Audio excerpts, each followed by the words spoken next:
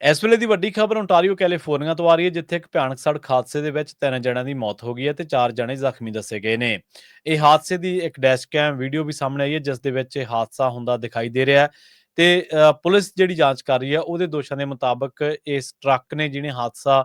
ਕੀਤਾ, ਜਿਹਨੇ ਹਾਦਸੇ ਨੂੰ ਅੰਜਾਮ ਦਿੱਤਾ, ਉਹਦੇ ਬ੍ਰੇਕ ਤੱਕ ਨਹੀਂ ਜਿਹੜੇ ਲਗਾਏ ਗਏ। ਇਸ ਮਾਮਲੇ ਦੇ ਵਿੱਚ ਪੁਲਿਸ ਨੇ 21 ਸਾਲਾ ਜਸ਼ਨਪ੍ਰੀਤ ਸਿੰਘ ਨੂੰ ਗ੍ਰਿਫਤਾਰ ਕੀਤਾ, ਜਿਹੜਾ ਕਿ ਯੂਬਾ ਸਿਟੀ ਦਾ ਰਹਿਣ ਵਾਲਾ ਦੱਸਿਆ ਗਿਆ। ਹਾਦਸਾ ਵਾਪਰਿਆ ਵੈਸਟ ਬਾਉਂਡ 10 ਫਰੀਵੇ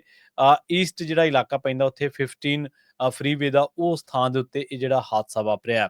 ਆਈ ਵਿਟਨੈਸ ਨੇ ਇਹ ਗੱਲ ਦੱਸੀ ਹੈ ਜਿਹੜੇ ਚਸ਼ਮਦੀਦ ਸੀਗੇ ਵੀ ਇਸ ਹਾਦਸੇ ਤੋਂ ਬਾਅਦ ਇੱਕ ਅੱਗ ਦਾ ਗੋਲਾ ਵੀ ਜਿਹੜਾ ਬਣਿਆ ਸੀਗਾ ਤੇ ਇਸ ਹਾਦਸੇ ਦੇ ਵਿੱਚ ਇੱਕ ਤੇ ਰਫਤਾਰ ਜਿਹੜਾ ਟਰੱਕ ਸੀਗਾ ਜਿਹਦੀ ਰਫਤਾਰ ਜਿਹੜੀ ਉਹ ਹਾਲੇ ਦੱਸੀ ਨਹੀਂ ਗਈ ਕਿੰਨੀ ਸੀਗੀ, ਉਹਨੇ ਇੱਕ ਐਸਯੂਵੀ ਨੂੰ ਬੁਰੇ ਤਰੀਕੇ ਦੇ ਨਾਲ ਪਿੱਛੋਂ ਹਿੱਟ ਕਰਦਿਆਂ ਤੇ ਉਸ ਤੋਂ ਬਾਅਦ ਕਈ ਗੱਡੀਆਂ ਦੇ ਨਾਲ ਉਹ ਜਾ ਟਕਰਾਇਆ ਸੀਗਾ।